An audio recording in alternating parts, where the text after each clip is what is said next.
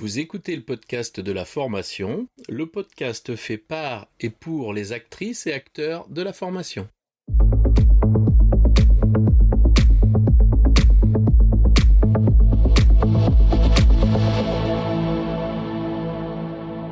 Bonjour et bienvenue.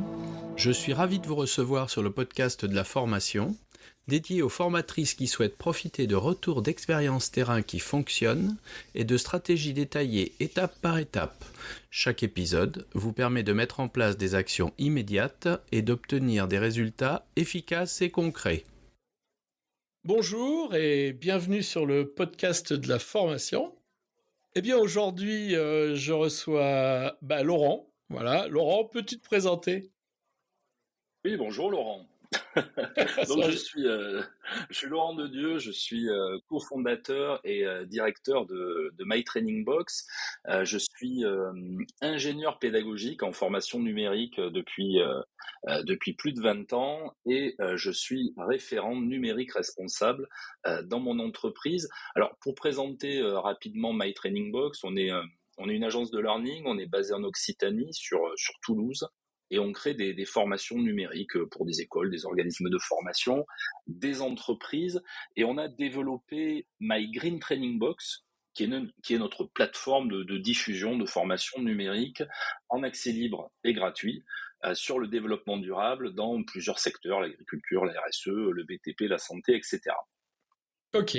Et notre entreprise, alors je termine juste pour faire un lien, et notre entreprise est engagée donc depuis sa création dans le numérique responsable, et c'est de ce dont j'avais envie de parler avec toi, Laurent, pendant ce podcast, le numérique responsable en formation. Écoute, je pense que ça va intéresser beaucoup de monde parce que, tu sais, on en parle, il y en a qui le voient, mais je crois qu'on a besoin d'éclairage pour le voir encore mieux. Ouais, mais c'est vrai. Et c'est vrai qu'il faut le. Alors c'est intéressant ce que tu dis que on a besoin d'éclairage pour le voir, parce que c'est vrai que la pollution numérique c'est insidieux en fait. On la voit pas vraiment. En effet, on en entend parler, mais on la voit pas. On voit la fumée qui sort des cheminées, on voit les poubelles qui se remplissent, on voit bien les déchets qu'on génère, mais on a du mal à imaginer la pollution que peut générer l'utilisation de produits, de services numériques. Et, euh, et en fait, ça pollue énormément. Pour donner une indication, il y a une indication moi, que j'aime bien utiliser, je trouve qu'elle parle souvent. Aujourd'hui, le numérique, ça pollue plus que l'aviation civile.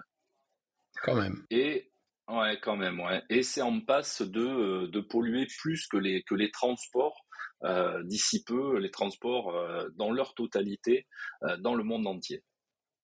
D'accord. Et alors, ça veut dire que quand on va être passé au tout électrique, qu'on sera passé au tout numérique, du coup, on en sera au même stade. Ouais, c'est fort possible. Alors, il y a pas que la consommation électrique hein, qui pollue le numérique.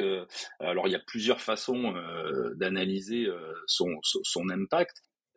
Une des façons, c'est d'analyser son cycle de vie, donc de la production jusqu'à la fin de vie d'un produit ou d'un service numérique.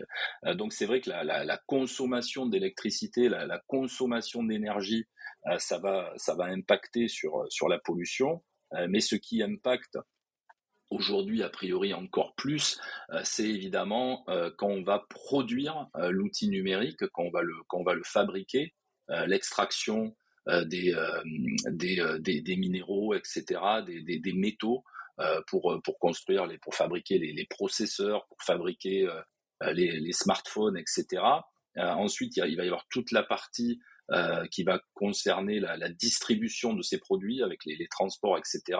L'utilisation avec la consommation d'énergie qui va être liée à ça. Et il va y avoir aussi comment on gère la fin de vie de ces produits ou de ces services numériques. En gros, est-ce qu'on les jette à la poubelle ou est-ce qu'on les réutilise? D'accord. Mais ça va pas aller en s'améliorant. Il y aurait du recyclage ?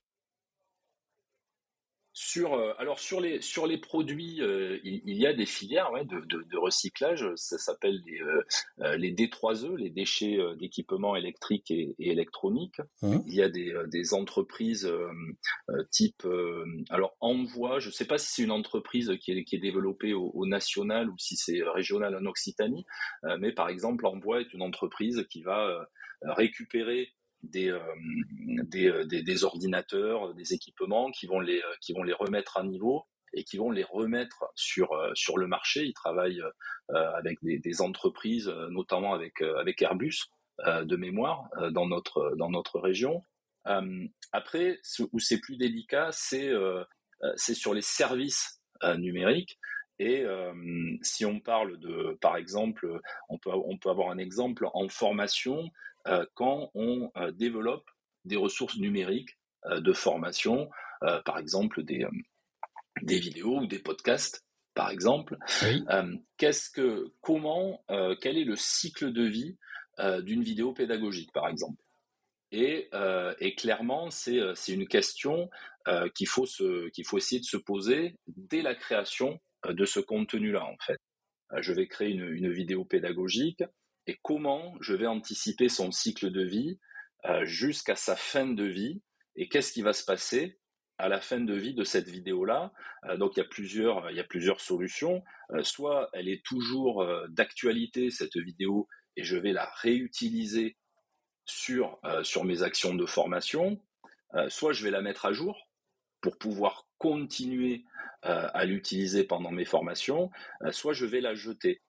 Mais si je la jette, ça veut dire que je la détruis. Je ne vais pas la garder sur mon ordinateur, je ne vais pas la garder sur mon cloud, je ne vais pas garder Un hébergement. un outil numérique qui en fait est obsolète et qui ne sert plus à rien. Quand j'entends ça, je pense à plusieurs choses. Il n'y a pas très longtemps, il y a un de mes étudiants qui m'a posé une question, à qui j'ai envoyé un lien d'une vidéo YouTube, et il me dit: ah ben je trouve bizarre que tu l'aies pas faite toi la vidéo. Bah j'ai dit: écoute, à partir du moment où il existe quelque chose de pertinent et que je me sens pas forcément en capacité de faire mieux, je préfère réutiliser. Tu vois, mais là, T'as raison. on a des problèmes de droit d'auteur, par exemple.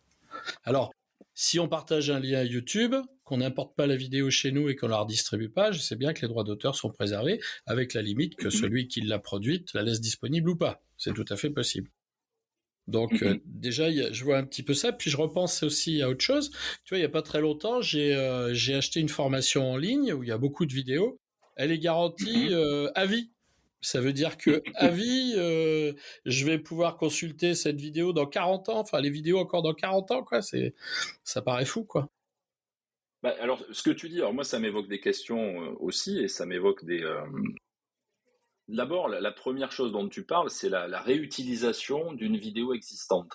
Et ça, c'est clairement une très bonne pratique aujourd'hui pour plein de raisons. C'est une pratique qui est responsable par rapport à l'impact du numérique, parce que effectivement, toi, tu vas pas. En fait, créer une vidéo, ça peut demander, selon le type de vidéo que tu vas créer, mais ça peut demander beaucoup de ressources. Si par exemple tu crées une vidéo pédagogique où tu vas filmer un intervenant, la création de cette formation va nécessiter déjà, disons que tu l'es pas encore, que tu t'équipes. Donc tu vas devoir acheter du matériel numérique pour filmer, pour monter ta vidéo. Donc il va te falloir un ordinateur assez performant, peut-être un double écran, des micros, etc. Ensuite, tu vas te déplacer pour aller faire ta vidéo, pour aller filmer cet intervenant. Donc là, ça va générer du transport. Et le transport, ça reste aujourd'hui le secteur le plus impactant en termes d'émissions de CO2. Donc ensuite, tu vas filmer. Tu vas filmer sûrement plutôt dans un format qualitatif. Donc on va être sur aujourd'hui le standard, on est sur du 4K. Donc tu vas avoir des rushs, tu vas avoir beaucoup de rushs, etc., qui vont prendre beaucoup de place sur ton serveur, sur ton cloud, et donc tu vas pas tout garder en fait parce que tu vas monter ta vidéo, etc. Donc la création de cette vidéo déjà, ça va avoir un impact. Ensuite, tu vas avoir une vidéo qui, peut-être, parce que tu auras filmé, c'est du 4K, etc., une vidéo qui va être assez lourde, que tes apprenants vont regarder en ligne, donc il va y avoir du stream, etc. Et tout ça, en fait, tout ça va avoir un impact environnemental, et ta vidéo en soi, si tu veux, c'est pas toi, ta petite vidéo pédagogique qui prend, mais si tu le multiplies par les milliards de vues de vidéos qui sont créées tous les jours et qui sont streamées par jour, l'impact est énorme. Alors, j'ai oublié les chiffres et c'est ballot, mais hier soir, à Quotidien, il y avait la responsable de YouTube Sud Europe qui donnait le nombre, le chiffre en milliards de vidéos qui ont été créées sur YouTube depuis le lancement de YouTube et qui sont toujours en ligne, en fait. Et donc, et moi dans ma tête, j'étais là, mais c'est incroyable la place que ça prend sur leur serveur. C'est un truc de malade.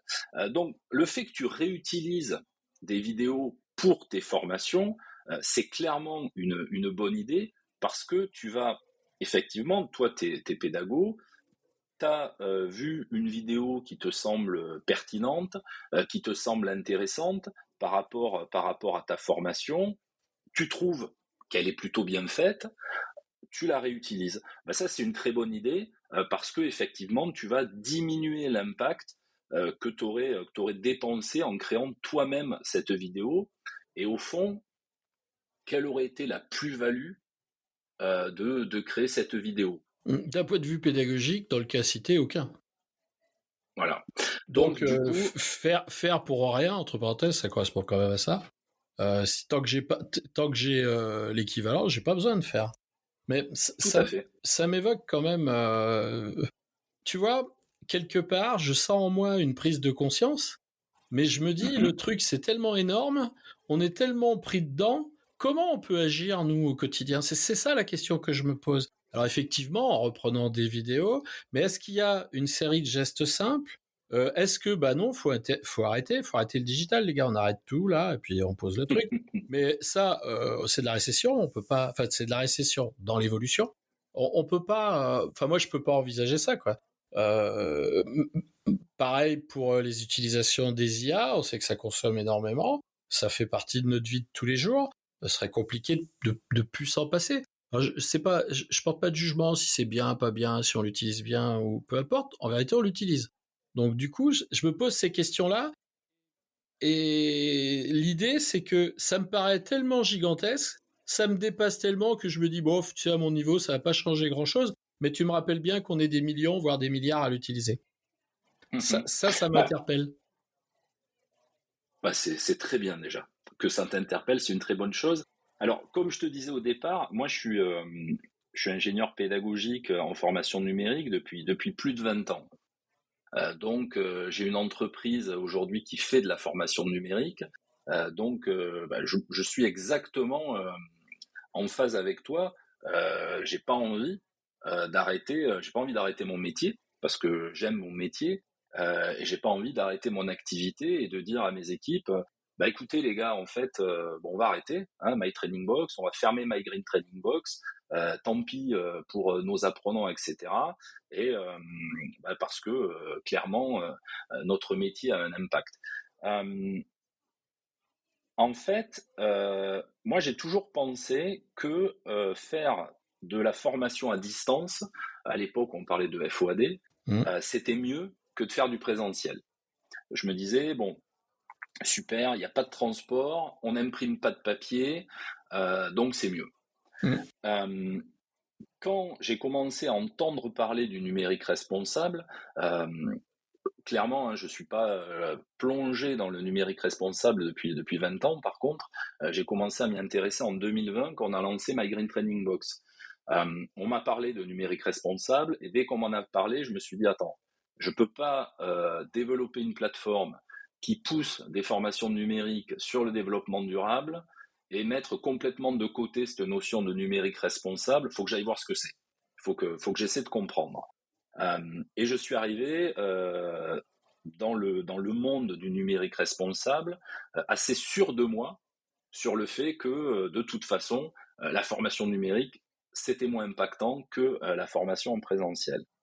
Et j'ai pas trouvé à l'époque d'études, de choses comme ça, qui pouvaient valider le fait que ce soit plus ou moins impactant. Et on a lancé un projet avec un bureau d'études parisien qui s'appelle Hublot, qui fait des études d'impact sur les impacts du numérique. Et on a étudié comme ça des cas de figure de formation présentielle, de formation distancielle pour essayer de voir l'impact. La bonne nouvelle, c'est que ce qui impacte le plus, ça reste les transports. Ouais. Et ça reste l'énergie que tu vas utiliser dans une salle de classe ou à ton domicile, etc. Mais ça reste essentiellement les transports.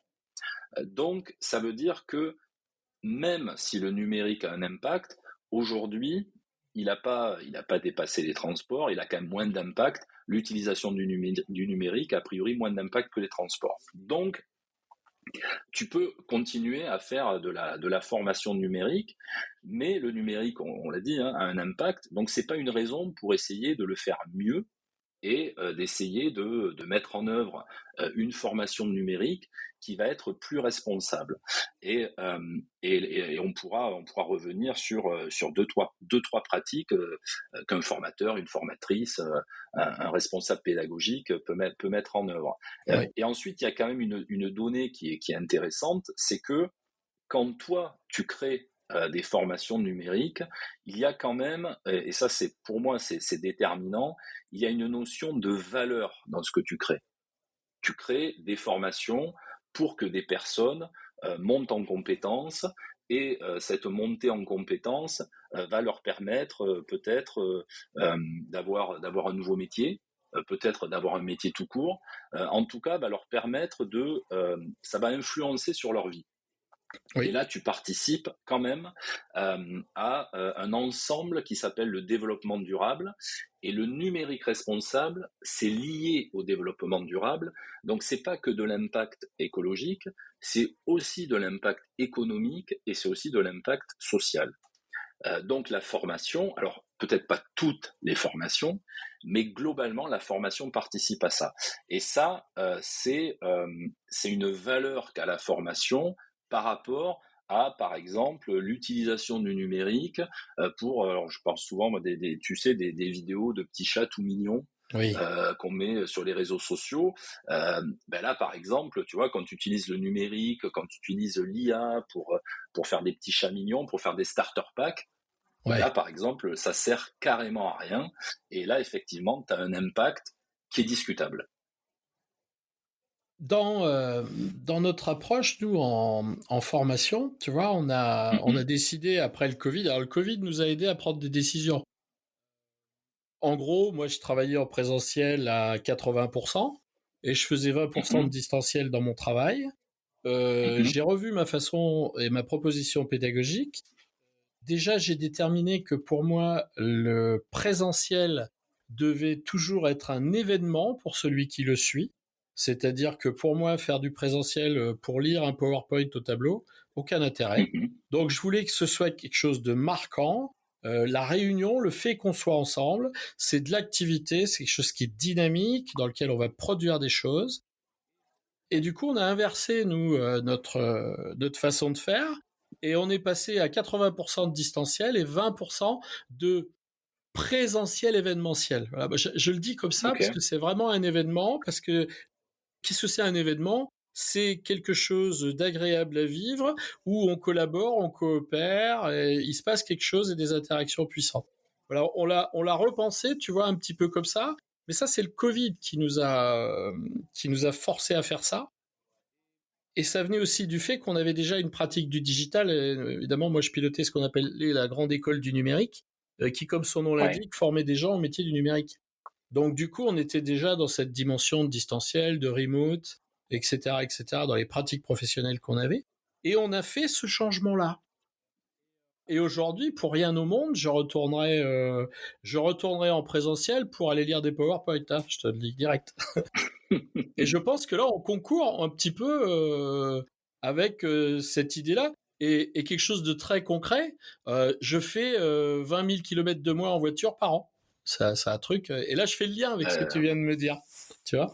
Bah ça, c'est une très bonne chose. Tu vois, nous, on est dans notre entreprise, et c'est pour rebondir sur les transports et le fait que tu fasses 20 000 kilomètres en moins chaque année. Ah ouais. On est labellisé numérique responsable de niveau 2. Et avant ça, notre plateforme, nos pratiques avaient été auditées par rapport à un référentiel qui s'appelle le GR 491. Euh, et c'est le référentiel de développement de solutions numériques qui a été développé par l'Institut du numérique responsable. La dimension, si tu veux, des transports des collaborateurs fait partie de ces référentiels. Ah oui. Le fait de mettre en place le télétravail, par exemple, fait partie de ces référentiels. Alors que, tu vois, on est sur des référentiels qui touchent au numérique. Donc on pourrait se dire, non mais attends, faire du télétravail, c'est pas une bonne idée. Parce que quand je fais du télétravail, du coup, j'utilise des outils numériques. J'utilise des outils de visio, j'utilise des casques, des micros, etc. Mmh. Donc du coup, mon impact numérique, il est plus important. N'empêche que le Ouais. fait que tu fasses du télétravail réduit considérablement les transports. Donc en fait, pour le coup, là, c'est une utilisation positive du numérique. Après, tu vois, il y a des bonnes pratiques à mettre en œuvre.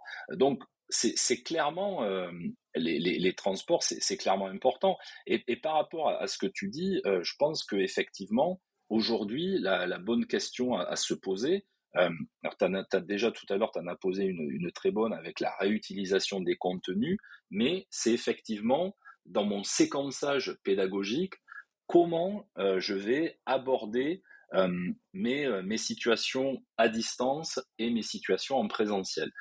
Et nous, aujourd'hui, dans l'accompagnement de nos clients, quand on développe des ressources numériques pour des entreprises, par exemple, qui proposent de la formation à leurs collaborateurs, etc., c'est un vrai enjeu, la question de comment en fait j'intègre ces contenus numériques dans ma formation, et qu'est-ce que je fais en présentiel. Et nous on les amène et on les invite à justement, tu parlais de présentiel événementiel, bah c'est presque ça, mais en tout cas de proposer du présentiel de beaucoup plus qualitatif effectivement, qu'envoyer un PowerPoint pendant toute une journée, poser deux trois questions, et être plus effectivement sur, par exemple, de la mise en œuvre pratique. Mmh. Nous, par exemple, on travaille beaucoup dans l'agriculture et clairement de la mise en œuvre dans dans des champs, hein, donc vraiment avec des gestes pratiques, s'intéresser, échanger avec ton groupe d'apprenants, vraiment s'intéresser à leurs problématiques et traiter leurs problématiques, enfin, être vraiment dans l'interaction et utiliser le distanciel, que ce soit alors synchrone ou asynchrone, parce que là Mmh. encore, c'est différent, mais en tout cas, nous, par rapport à ce qu'on crée, des vidéos pédagogiques où on est plus dans de l'auto-formation, c'est en tout cas faire gagner du temps justement sur ce PowerPoint que tu vas défiler et qui n'a pas une énorme plus-value, clairement, Mmh. en synchrone et en présentiel, quoi. Tu vois, ça me fait penser à quelque chose. J'étais en charge pendant 4 ans là dans un gros centre de formation de la R&D et le déploiement du digital. Et j'ai eu une expérience qui était assez marrante. On a des ateliers, tu sais, professionnels, et on a des gens qui font de la soudure. Et alors au début, ils nous Mhm. disaient ah ouais, t'as raison, toi ton truc. Tu t'imagines qu'ils vont apprendre la soudure en regardant des vidéos? Et bah, on leur disait ben non. Et puis derrière, on rencontre les gens qui apprennent les métiers de bouche.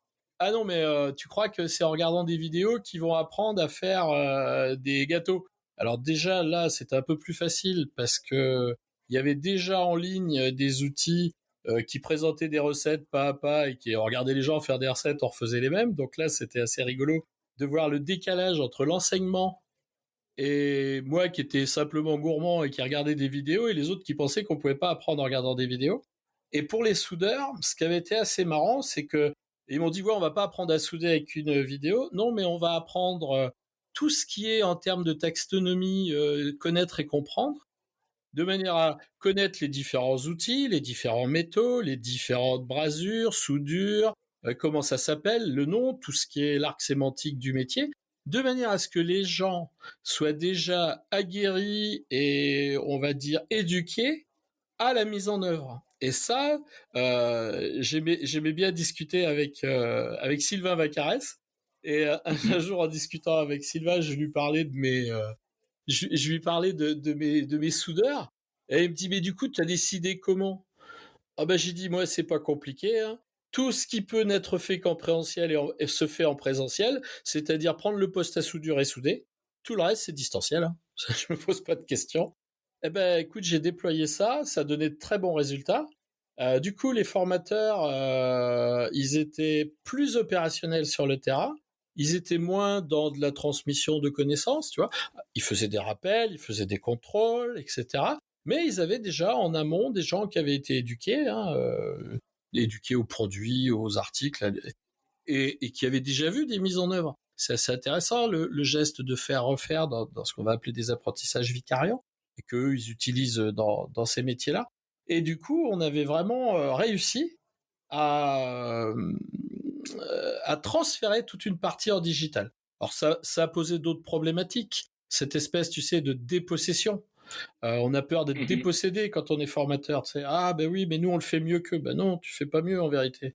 Parce qu'il y a un effet de redondance, un effet de rappel, de petits quiz.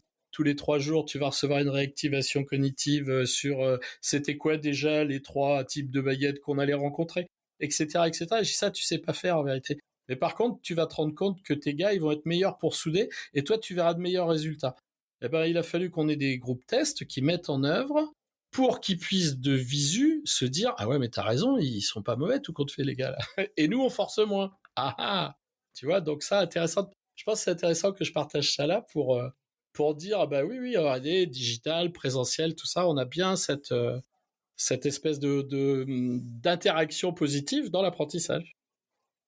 Ouais, mais tu sais, moi j'avais lancé, je crois que c'était en 2000, 2008, 2009, les premières formations pratiques pour du niveau 5 à l'époque, hein, donc c'était Mmh. avant qu'ils changent Ouais, le le sens, niveau, donc ouais. on était sur du niveau CAP BEP, Mmh. avec la région Midi-Pyrénées à l'époque, donc c'était des formations pour demandeurs d'emploi et c'était des formations en construction écologique.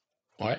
Et donc, j'avais rencontré la région et je leur avais dit, voilà, on aimerait développer des formations à distance en BTP pour des bas niveaux de qualification en construction écologique. Et là, la région Midi-Pyrénées, qui avait quand même une expérience hein, de formation à distance via le réseau Pyramide, qui était quand même la région à la pointe à Mmh. l'époque de la formation à distance. C'était le premier et le seul d'ailleurs un réseau pour demandeurs d'emploi en formation à distance, et nous avait dit, mais attendez, quand même, monter une formation à distance, BTP, bas niveau de qualification, ça semble compliqué votre truc. Et donc on leur avait expliqué ce que tu viens d'expliquer pour la soudure en fait. Bah écoutez, en fait c'est simple, tout ce qui va concerner des des savoirs généraux, par exemple les réglementations thermiques, quels outils utiliser, les techniques les bases de la mise en œuvre, etc. Tout ça, ça va se faire à distance. Par contre, tout ce qui va être gestes techniques et pratiques, ça va se faire sur des plateformes pédagogiques. Et à l'époque, on avait travaillé avec les CFA BTP maintenant c'est d'Occitanie, mais à l'époque c'était de Toulouse, pour justement mettre en œuvre la partie pratique de ces formations. Et c'est des formations que nous, on a fait pendant 10 ans, je crois, qui aujourd'hui sont encore dans le plan de formation de la région, enfin, je Ouais. crois, il me semble en tout cas. Et donc, et ça a été vraiment les premières formations pratiques à distance pour des bas niveaux de qualification. Et, euh, et donc, c'est tout à fait possible, mais c'est vrai que c'est la question à se poser. Et c'est souvent là où d'ailleurs les formateurs, les formatrices sont gênés. C'est OK, je développe des contenus de formation numérique. Qu'est-ce que j'en fais en fait? Pourquoi? À quel moment? Et effectivement, et comme tu dis, ça peut créer des frustrations, des Mmh. peurs que ça va les remplacer alors que justement, ça va pas du tout les remplacer, ça va leur permettre juste d'améliorer ou de proposer en tout cas des situations pédagogiques différentes à leurs apprenants. Ce qui produit des résultats meilleurs, hein, on l'a vu, et il le verbalisait clairement, hein. On force moins au sens de, on n'est pas toujours sur leur dos, tu sais, à les harceler pour ça. Au contraire, parce que les gens se réalisent plus dans la dimension du faire, parce que en faisant, ils mesurent à la fois leur assiduité, leur capacité à réussir, ils voient les erreurs, ils recommencent. Donc l'aspect de formation, tu sais, ces erreurs devient quelque chose de prégnant. C'est très intéressant, ça. Moi, je trouve que les gens sont beaucoup plus engagés, d'abord, parce que c'est concret. Tu leur parles de trucs, ils savent pas de quoi tu leur parles. Alors, en vérité, il suffit de leur faire faire et dire, ah, qu'est-ce qui s'est passé? Ah, ben, ça collait. Pourquoi ça collait? Ah, ben, parce que, tu vois, j'avais vu qu'il fallait pas trop appuyer, etc., etc. Et là, on voit que l'efficacité est bien meilleure. Alors, c'est intéressant aussi. Il y a aussi quelque chose qu'il faut regarder. Tu parles alors, ce qu'on appelait les niveaux 5 avant. C'est la capacité qu'on leur donne aussi sur des gens qui ont énormément de problèmes de mobilité, de limiter les déplacements, de pas limiter la formation. Et moi, j'habite dans une zone rurale. Les centres de formation sont dans la ville principale du département, qui est Angoulême. Moi, le gars qui habite à 30 ou 40 kilomètres d'Angoulême, et Dieu sait que c'est les 3/4 de la population de la Charente, ces gens sont très éloignés de la formation. Et comment il fait, le gamin? Il y va en mobilette? Il se tape 60 bornes en mobilette? Bah déjà, ça, il n'a pas envie, il n'a peut-être pas la possibilité non plus de payer de son carburant, etc., etc. Donc, du coup, il faut aussi prendre ça en compte. Et j'aime bien, moi, quand tu me dis, du coup, j'ai moins peur de notre discussion au départ, tu me parles de numérique responsable. J'ai dit, oh là là, on va se faire taper sur les doigts, on n'est pas bon. Bah, ok, on n'est pas bon. Mais du coup, j'entends ces histoires de compensation. Je les mesure, hein, parce que c'est une réalité. Moi, quand je te dis j'ai fait 20 000 kilomètres de moins, c'est pas moi qui ai inventé, c'est le mec du contrôle technique qui m'a dit purée, il vous roulez plus. Ah bon, j'ai dit pourquoi vous me dites ça? Il me dit vous avez fait 20 000 kilomètres de moins là. Ah d'accord, je vois. Tu vois, parce que moi, je suis pas à regarder, moi j'étais pas en train de regarder si je faisais des kilomètres ou pas. Je monte dans la voiture et démarre, je suis content.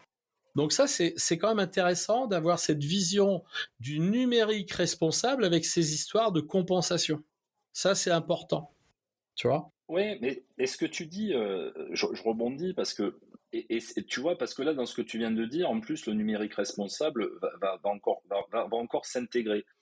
Tu parles très justement des apprenants qui sont éloignés des lieux de formation et il y a clairement des problèmes de mobilité.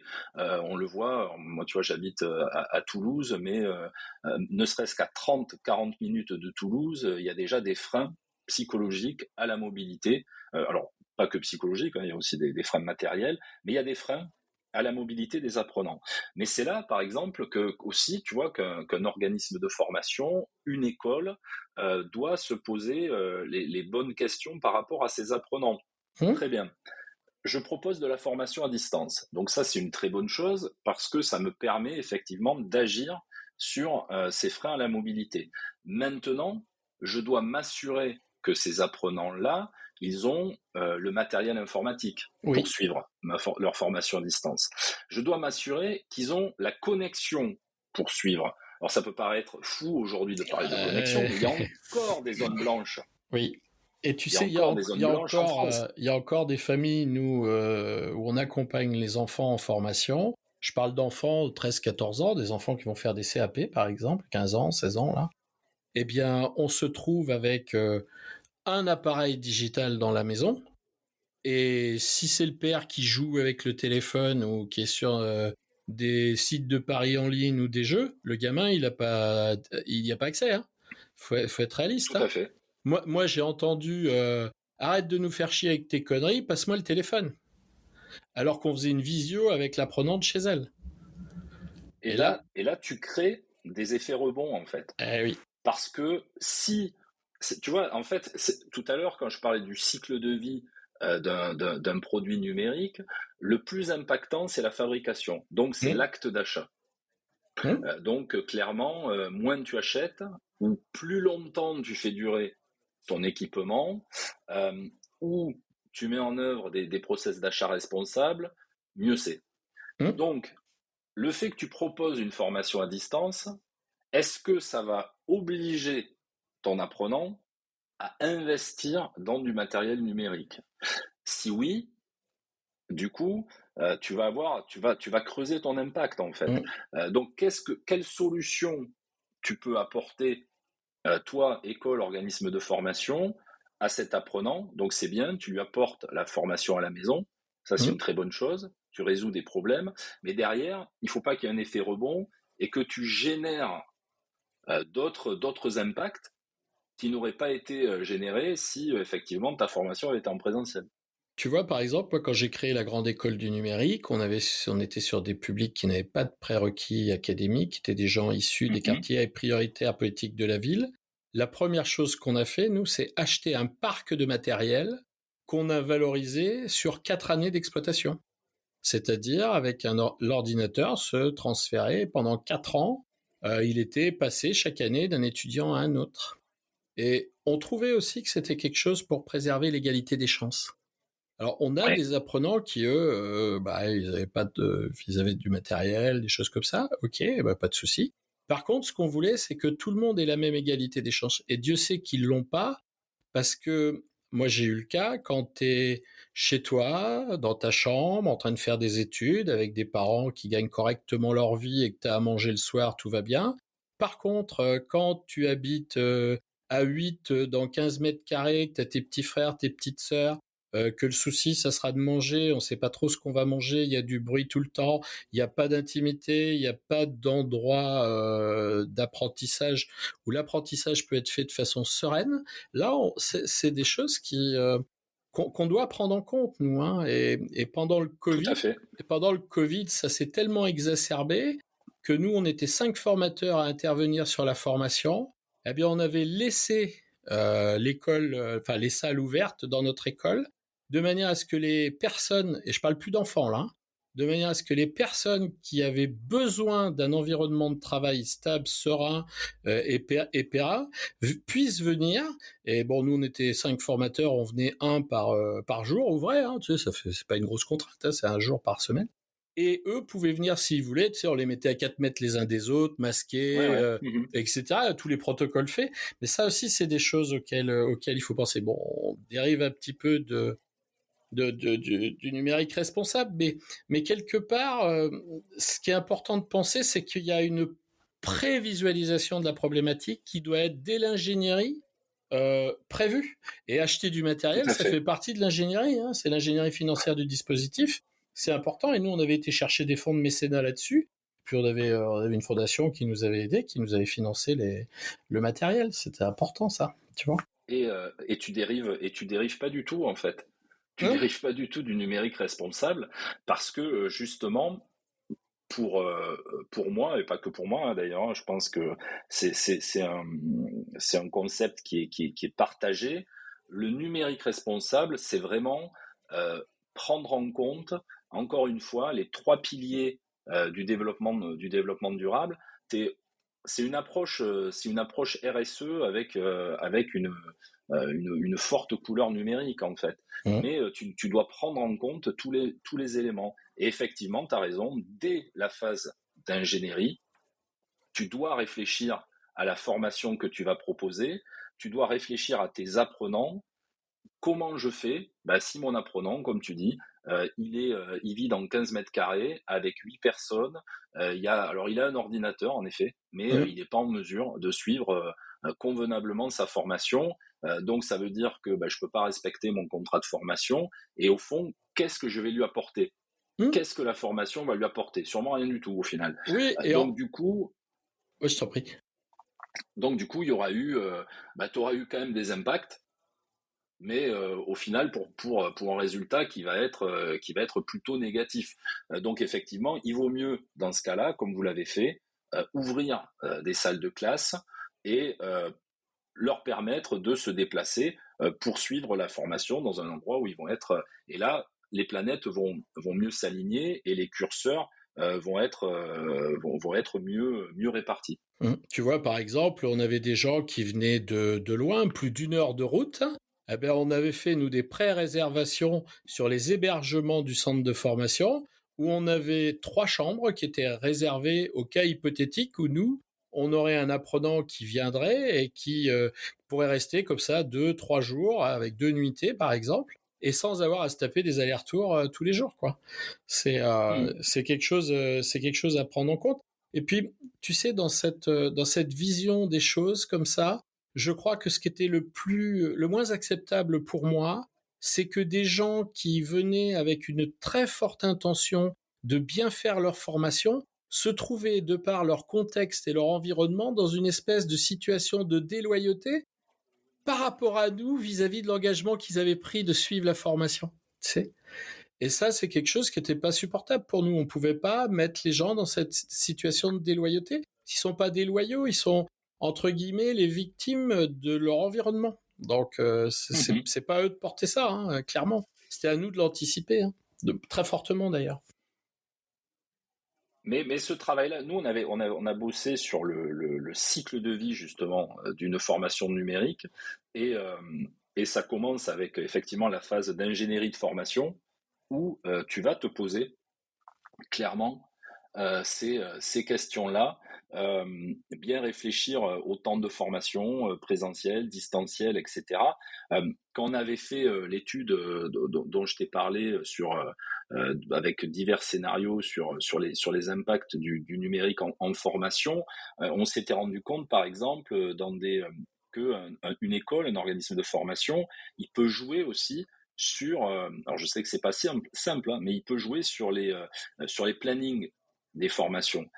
Tu vois, si par exemple un apprenant se retrouve avec une demi-journée en auto-formation, en distance, et une demi-journée en présentiel, ben, il y en a beaucoup qui vont se déplacer parce que ils vont dire, bah ouais, bon, je suis en auto-formation, mais autant que je fasse l'auto-formation de l'université, par exemple, parce que de toute façon, après, j'ai un cours, donc autant que j'y sois. Donc, tu vas ajouter de l'impact numérique avec des déplacements, alors que si tu réfléchis mieux tes plannings et quand tu fais se déplacer tes apprenants, bah, tu les fais se déplacer pour la journée, pour des actions pour des actions de formation qui vont être moins basées sur le numérique, même si aujourd'hui, soyons quand même clairs, la formation sans numérique, ça n'existe pas. Ouais, on n'en voit plus. Dans n'importe quelle salle de classe, dans n'importe quelle salle de formation, tu utilises un ordinateur, un smartphone, un tableau connecté, un vidéoprojecteur, enfin bon, un Oui, écran. une ressource Donc numérique, un PowerPoint, un PDF, voilà, etc., hein. ça n'existe pas. Mais en tout cas, tu vas essayer de mieux organiser ça. Tu peux aussi organiser les déplacements euh, alors pas en facilitant, mais en mettant en œuvre le covoiturage. Véritablement, et après tu peux aussi tu vois travailler, tu vois, il y a cette histoire par exemple des caméras coupées en visioconférence. Ouais. euh, Tu vois, moi j'ai souvent des discussions avec des formateurs, des formatrices là-dessus, qui me disent, ah, je supporte pas quand les caméras sont coupées, je peux pas voir mes apprenants, etc. Et moi souvent je leur dis, mais est-ce que il y a besoin d'allumer la caméra tout le temps? Parce que c'est impressionnant, hein, Ah oui. l'économie d'énergie Ah bah oui. quand c'est coupé et quand c'est allumé, hein. Pourtant, on Tu devrait le s'en vois. rendre compte, hein, quand ça passe pas, que le son grésille, tu coupes la vidéo, oh bah ça va mieux, hein. L'audio est parfait. Bien sûr. Donc, d'un point de vue impact, il vaut mieux couper. Et si tu veux, moi clairement, quand je fais genre, j'anime des webinaires, des visios, etc. Bah, j'invite tout le monde à couper sa caméra parce que j'ai pas besoin de voir mes apprenants. Tu vois, tu allumes la caméra s'il y a un exercice Hum. à distance, en visio, qui, je sais pas, on va par exemple jouer tu vois, un jeu de rôle tous les deux sur un entretien, une formation technique de vente, tech support, je sais pas. Bon voilà, on fait un petit jeu de rôle avec un apprenant. Bon, ben là, on va allumer des caméras, on va se regarder, on va se parler. Mais Hum. si effectivement je débite mon PowerPoint et l'apprenant est dans une posture d'écouter, prendre des notes, etc., il peut éventuellement me poser des questions, il n'a pas besoin d'allumer sa caméra. Donc, mais toutes ces méthodes-là, c'est effectivement au moment de l'ingénierie de formation qu'elles vont se mettre en œuvre. Et après, il y en aura d'autres pendant l'ingénierie pédagogique, il y en aura d'autres pour la diffusion de ta formation, etc. Et on va avoir ce cycle de vie, pareil, jusqu'au recyclage, la fin de vie de ta formation. Et quand tu parles de diffusion, moi je voudrais parler d'un partenaire alors que on se connaissait pas il y a 3 semaines, hein, et qu'on a tous les deux et certainement depuis des années, qui est Infomaniac. Ah, Infomaniac. Nous on a choisi Infomaniac parce qu'il nous garantissait la neutralité carbone. Au début on comprenait pas grand chose. En plus nous on utilise leur système de VOD streaming, qui est capable d'adapter à la bande passante le flux qui diffuse. C'est-à-dire que tu surdimensionnes pas le flux par rapport à ce que les gens peuvent recevoir, et ça, c'est quand même génial. Eh bien, en vérité, on s'est pas rendu compte au début qu'il fallait qu'on en parle, nous, à nos clients. Mais aujourd'hui, on produit, nous, des contenus numériques, on produit du site web, on produit de la plateforme digitale. Eh bien, les gens sont très à l'écoute quand on leur dit « Ah, vous savez, nous, on a un engagement RSE et on l'a fait dans le choix de notre hébergeur. Alors, c'est plus cher qu'un hébergeur standard, mais en vérité, c'est pas plus cher parce que tout est compensé. » Et du coup, nos clients nous disent « Ah, mais c'est vachement bien, il faut que vous en parliez, tout ça. » Et tu vois, donc parler aussi de ça responsabilité numérique, de sa responsabilité RSE au plus largement, ça touche les gens quand même. Hein. C'est beaucoup moins, comment dire, beaucoup mieux perçu qu'on le pense. Parce qu'on n'y pense pas, nous, à le dire, tu vois. Ouais, oui, oui, non, mais après, tu sais, c'est ce qu'on disait au début. Après, je pense que pour les gens, c'est difficile d'entrevoir l'impact du numérique. Tu sais, moi, je pense, je vois bien quand j'interviens auprès de formateurs, de formatrices, que je parle de numérique responsable, ça me renvoie il y a longtemps, il y a 15 ans, quand j'étais dans un organisme de formation et que je parlais aux formateurs de la formation à distance. T'en parlais un peu tout à l'heure, hein, tu disais oui, mais ils ont peur qu'on leur prenne leur métier, etc. Et on sentait bien que et le Covid a changé ça, hein, a changé ça assez violemment. Mais si tu veux, bon, déjà la formation à distance, tu as l'impression qu'on a rajouté une difficulté. Oh, mais attendez, moi, tous ces outils, etc., mais je sais pas faire, moi, je sais pas faire des vidéos, etc., etc. Et c'est vrai que des fois, tu as l'impression, avec le numérique responsable, de rajouter un poids, tu vois. Regarde, je t'en mets encore un peu plus dans ton sac à dos, et la pente, ça monte toujours autant, quoi.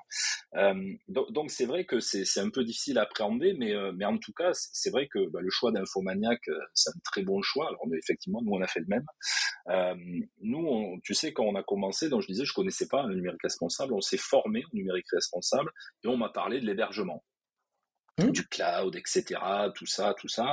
Et donc, moi, j'ai demandé à notre formateur, je lui ai dit, mais du coup, moi, je suis pas expert, je suis pas informaticien, c'est qui, il existe quoi comme solution d'hébergement responsable? Et là, le premier nom qui est sorti du chapeau, ça a été Infomaniac.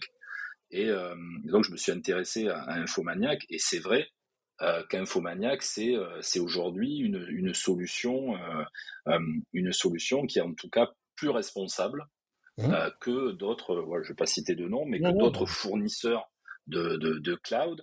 Et nous, c'est pareil. Nous, on l'utilise. Alors, nous, on l'utilise aujourd'hui pour tout ce qui est hébergement de nos solutions numériques, pour tout ce qui est diffusion de nos vidéos, de nos podcasts qui sont sur la plateforme, pour nos emails, pour le storage en interne. On est passé full Infomaniac. Nous, on utilise Kamit en permanence. C'est notre outil de travail de visio.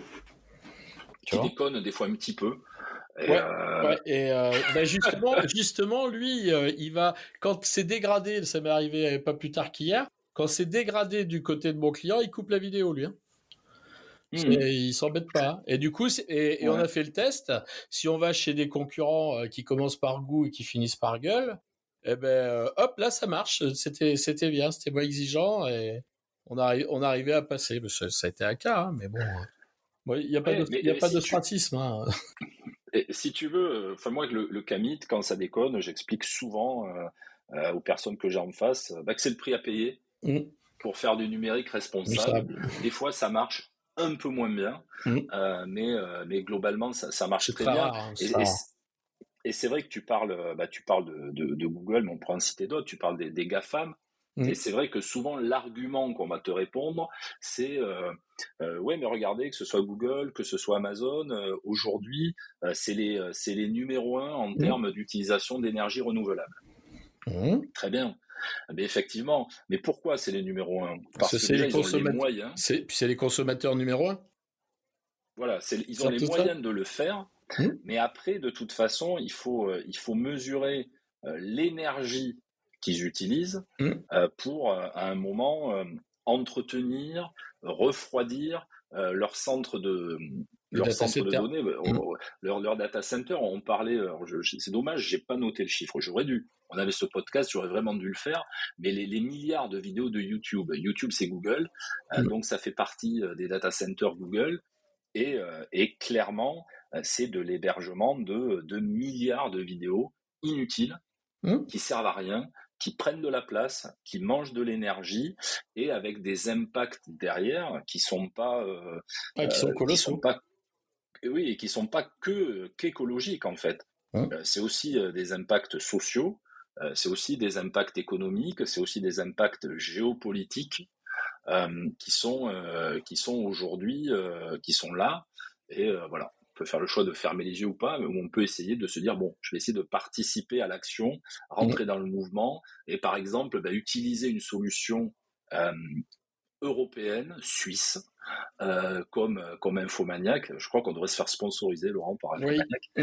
Euh, Alors nous, non, mais en tout cas, c'est pas c'est une très bonne compliqué. idée. Tous nos clients sont hébergés chez eux, toute leur création de site vont chez eux. On leur donne pas le choix. Ils sont contents. Ouais, mais nous, c'est pareil. Je voudrais te poser une question. Dans ce Mhm. numérique responsable pour les formateurs, est-ce que tu as en tête, toi, des exemples de ce qui pourrait être fait, mis en œuvre rapidement? Peut-être dans l'esprit de ce que je t'ai dit, moi je trouve une vidéo, je la réutilise. Est-ce que tu vois d'autres choses, toi, d'autres tips qu'on pourrait partager avec nos collègues formateurs et formatrices? Ouais, je vois plein de tips, mais déjà, un des premiers conseils que je donnerais, c'est déjà de s'acculturer au numérique responsable, de comprendre ce que c'est le numérique responsable pour pouvoir agir. Ça me semble une bonne chose. Et il existe des tas de formations gratuites sur le numérique responsable. Il y a l'INR qui a un MOOC qui est très bien fait en deux niveaux. Il y a un niveau, une version light qui dure 30 minutes, et une version un peu plus poussée qui dure 4 heures, qui permet de vraiment bien s'acculturer. Nous, sur My Green Training Box, et c'est gratuit aussi, on a des formations d'acculturation au numérique responsable, et on en a une qui est faite vraiment pour les formateurs, les responsables PEDA, etc., pour mettre en œuvre des pratiques, et dedans, il y a plein de tips. Donc, des tips, il y en a énormément, mais en tout cas, je pense que le meilleur conseil, c'est vraiment de réfléchir. Est-ce que, on parle souvent en numérique responsable de la règle des 3 U. Utile, utilisable, utilisé. Mmh. Donc, clairement, quand je vais mettre en œuvre une ingénierie de formation numérique, je dois avoir toujours ces 3 U en tête. Est-ce que la ressource que je vais construire, est-ce qu'elle est utile? Est-ce qu'elle est utilisable? Et est-ce qu'elle est utilisée? Et si tu réponds à ces questions, si elle n'est pas utile, ça Bah, sert à rien de la créer. au moins c'est Donc ça réglé. sert à rien ça sert à rien de dépenser cette énergie. T'as même pas besoin de t'embêter à chercher quelque chose qui existe pour le réutiliser. Mmh. Voilà. Est-ce qu'elle est utilisable? Donc ça veut dire, par exemple, tout à l'heure on parlait des apprenants. Est-ce que mon apprenant, il va arriver à utiliser cette ressource? Est-ce qu'il a les outils?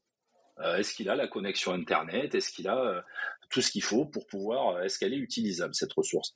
Et est-ce qu'elle est utilisée? À un moment, regarde sur ta plateforme, Oui. regarde le nombre de clics, le nombre de vues. Globalement, si ta ressource elle n'est pas utilisée, est-ce que ça a du sens de la laisser sur ta plateforme et de continuer à la diffuser? Donc ça, c'est des règles de bon sens. Et après, sur des petites choses, tu peux, il y a tellement de bonnes pratiques que tu peux mettre en œuvre.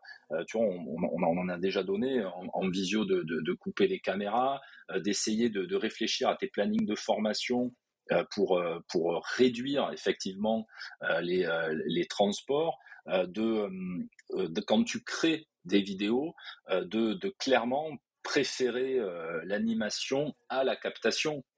Aujourd'hui, on voit quand même le micro-learning, et nous, sur ma Green Training Box, ça s'apparente à du micro-learning, ce qu'on propose.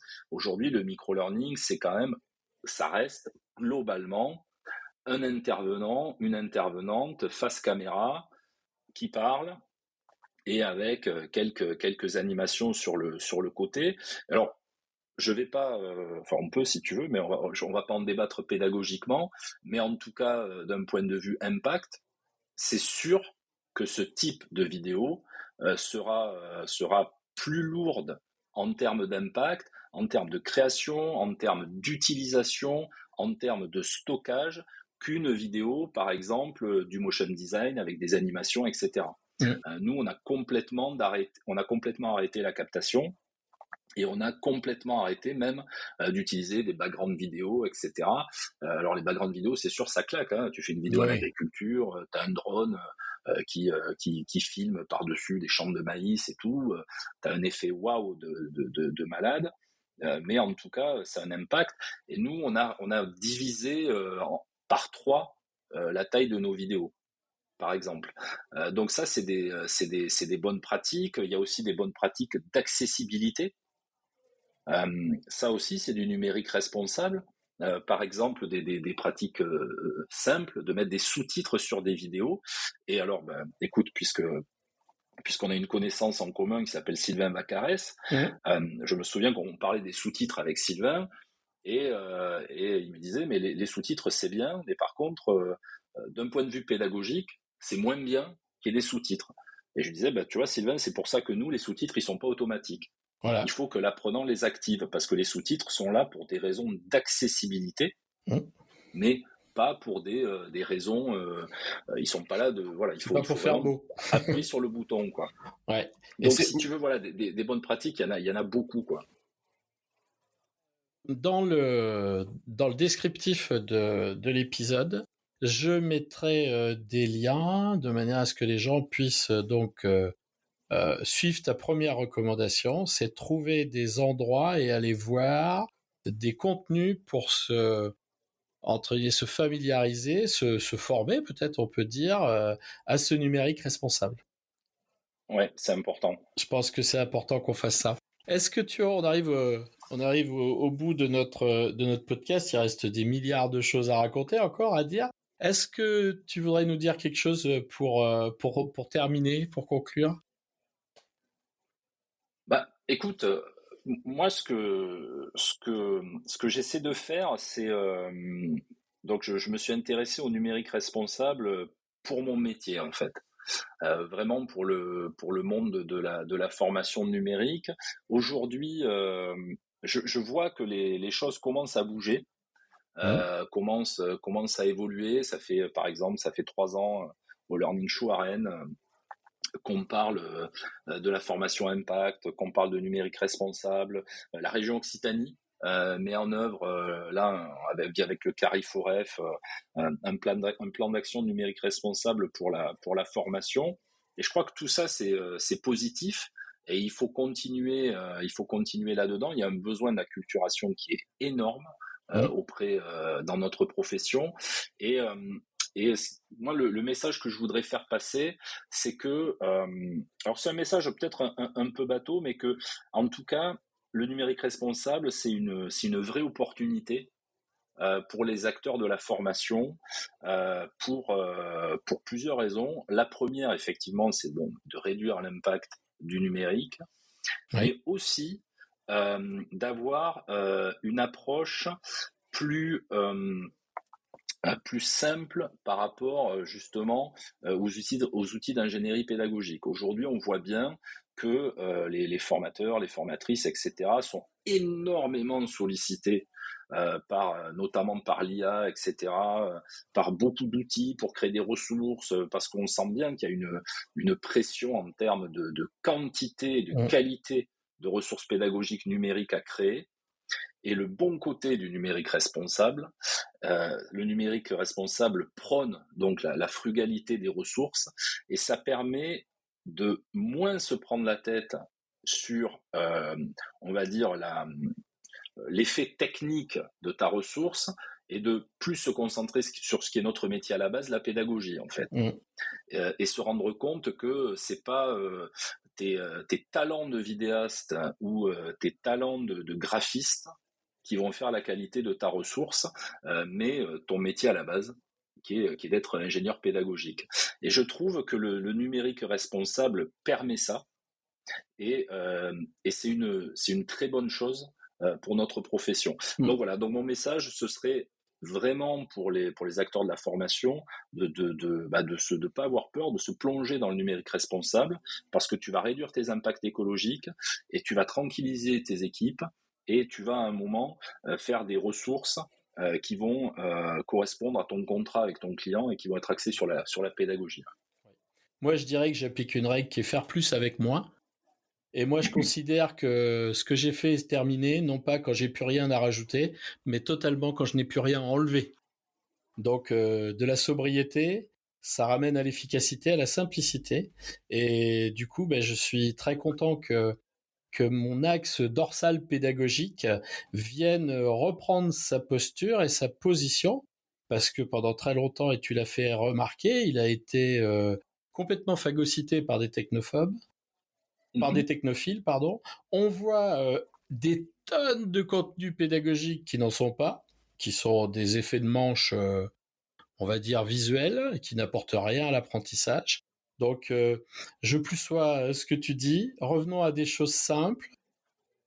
Appliquons des règles de conscience de ce qu'est cette sobriété numérique, et qu'elle nous accompagne au quotidien dans nos pratiques, et surtout dans ce qu'on va faire profiter à nos apprenants pour qu'ils puissent mieux apprendre. Je pense que c'est important. Nous sommes en phase, Laurent. Eh ben, écoute, je te remercie, Laurent, Avec grand plaisir. Pour ce moment. Ça a été vraiment quelque chose qui, je vais te dire, le fond de ma pensée. Je me sentais un petit peu coupable dans mon coin. Je baissais la tête pour pas trop le regarder, en me disant, poif, je suis submergé par tout ça, je peux rien en faire. Eh ben, écoute, tu m'as redonné une meilleure estime de moi-même, en me disant, ouais, je fais déjà des trucs en place. Tu m'as permis de mesurer non pas ce que je générais avec la vidéo, mais ce que je pouvais décompenser sur notamment ces déplacements et tout ça. Et aujourd'hui, je suis content d'avoir échangé avec toi, et j'espère que ce sera la même chose pour nos amis formateurs, pour penser qu'on a déjà des actions positives, qu'elles sont toutes cumulables, et qu'on va arriver tous ensemble avec une vision claire à avoir un vrai numérique responsable. Merci pour ça, Laurent. Tout à fait. Avec grand plaisir. Écoutez, j'espère que nos auditeurs vont prendre autant de plaisir à écouter ce podcast que nous à l'avoir réalisé. Et je leur donne rendez-vous à très bientôt sur le podcast de la formation pour de nouvelles aventures. À bientôt.